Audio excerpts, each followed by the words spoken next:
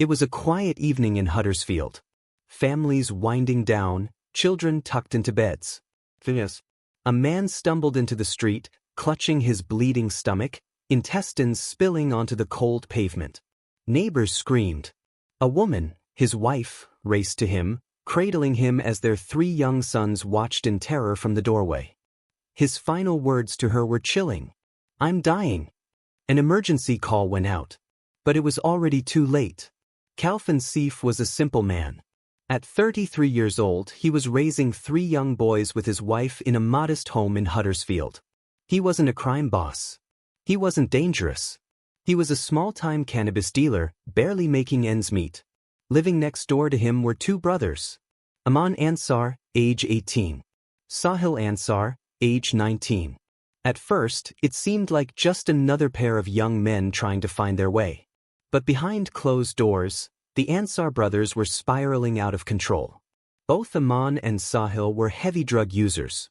They idolized gangster culture, spending their days smoking weed, popping pills, watching rap videos, and dreaming of fast money. Their grades had fallen. Their parents had given up hope. The brothers' close friend, Wahaab Saif, was no better. Wahaab was a university student at Sheffield Hallam, appearing respectable during lectures, but using heavy drugs behind the scenes. Their addiction, their desperation, and their ego mixed into a toxic, violent cocktail. On a chilly evening, the trio made a decision that would destroy lives forever. They needed money. They needed drugs. And they decided they would rob Khalfan Seif, their neighbor. They knew Khalfan kept cannabis at home. They knew he wouldn't expect an attack from people he considered acquaintances. So they armed themselves with knives. They laughed. They hyped each other up. They treated it like a game. They had no idea they were about to ruin multiple families forever. It happened quickly. The 3 young men busted into Khalfan's home. His wife was sitting in the living room with their children, relaxing after dinner. The moment she heard the door slam, she knew something was wrong. Before she could react, Wahaab Saif ripped the phone from her hands, preventing her from calling for help.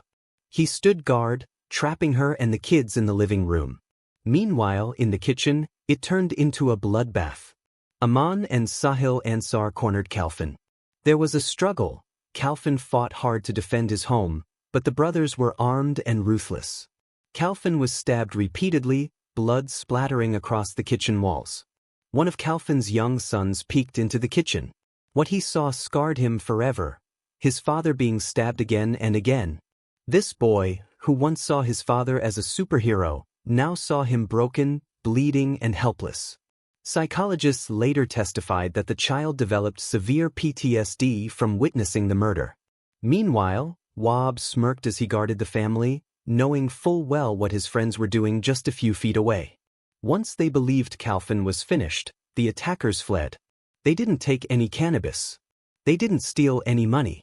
They left only destruction behind. As they ran, Khalfan, fueled by pure adrenaline, staggered out into the street, intestines falling from his wounds. Neighbors gasped. Children screamed. Khalfan collapsed into his wife's arms, whispering those final, heartbreaking words. "I'm dying." Khalfan was rushed to the hospital, but his injuries were too severe. He died the next day, leaving behind a grieving widow and 3 traumatized sons. The Ansar brothers went into hiding. Meanwhile, Wahaab Saif returned to university, sitting in classes, laughing with friends, pretending nothing happened. It took days of investigation, community tips, and CCTV footage, but eventually police arrested all 3 men. In custody, chilling details emerged. Amaan and Sahil bragged about the murder in rap freestyles they recorded afterward. They described how they had taken a life, like it was some twisted badge of honor. At Leeds Crown Court, a harrowing trial unfolded. Prosecutors described the viciousness of the attack. They painted a picture of a father butchered in front of his sons. The defense tried to minimize their involvement, calling it a robbery gone wrong. But the evidence was overwhelming. Amaan Ansar was convicted of murder and sentenced to life in prison with a minimum of 26 years. Sahil Ansar was convicted of murder and sentenced to life with a minimum of 25 years. Wahaab Saif was convicted of manslaughter and sentenced to 14 years, serving a minimum of 9.5 years. In sentencing, the judge said, "This was a senseless, brutal killing driven by greed, cowardice, and stupidity. A father ripped from his family. Children scarred for life. A community haunted by bloodshed, all because 3 young men thought they could live the gangster life." And when the timeline collapses back to that horrifying moment, a man dying on the street, his wife holding him, his children crying. It hurts even more because now we understand every choice, every mistake, and every moment that led to that tragic end.